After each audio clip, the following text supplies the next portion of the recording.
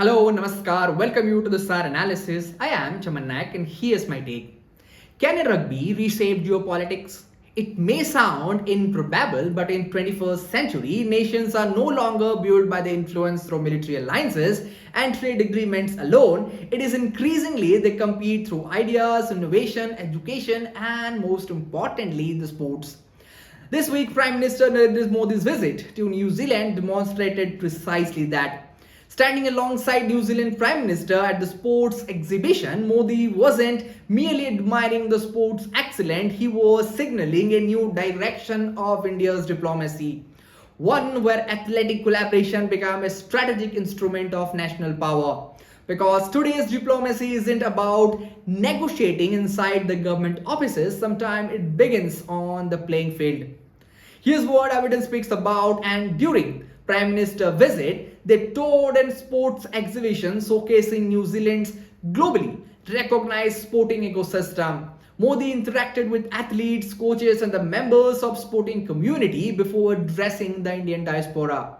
There, he highlighted more than a century of sporting ties between India and New Zealand, calling it a deeper cooperation in sports, specifically acknowledging New Zealand's global leadership in rugby.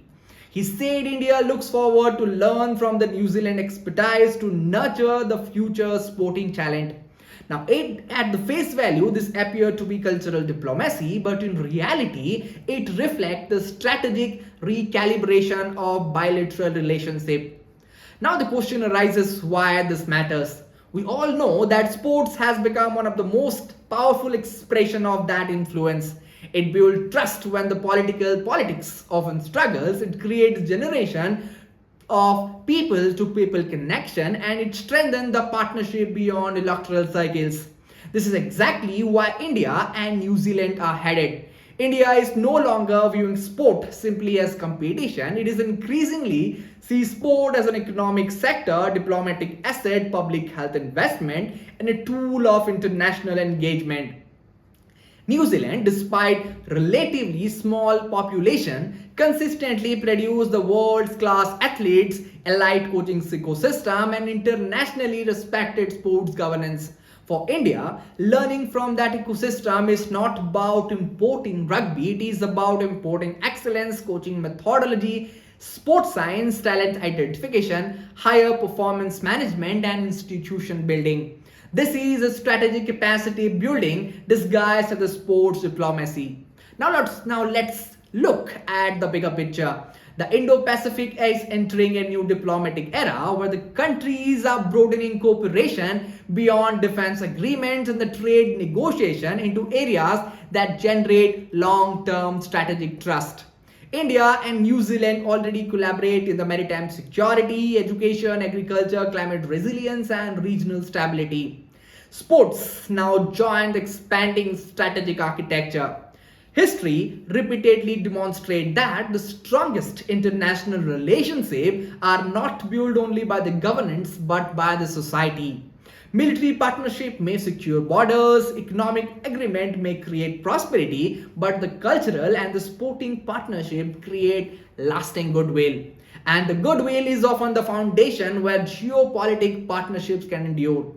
Now, here's my take. The headline isn't just about rugby. The headline is India's changing definition of power. For decades, emerging power measures strength through GDP, military capability, and the strategic geography. India is now adding another dimension to it, and that is knowledge partnership.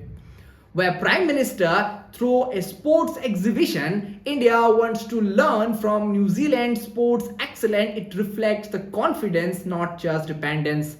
The strongest nation are not those who claim to know everything. They are the ones confident enough to know from the world's best. And this is about strategic maturity. The real story isn't whether India become a rugby nation or not. The real story is whether the sports has become another pillar of India's global strategy. Because in an increasingly interconnected world, influence is no longer measured only by the military power or economic output. They are measured by the ability to build partnership, exchange through knowledge, and shape the future through trust.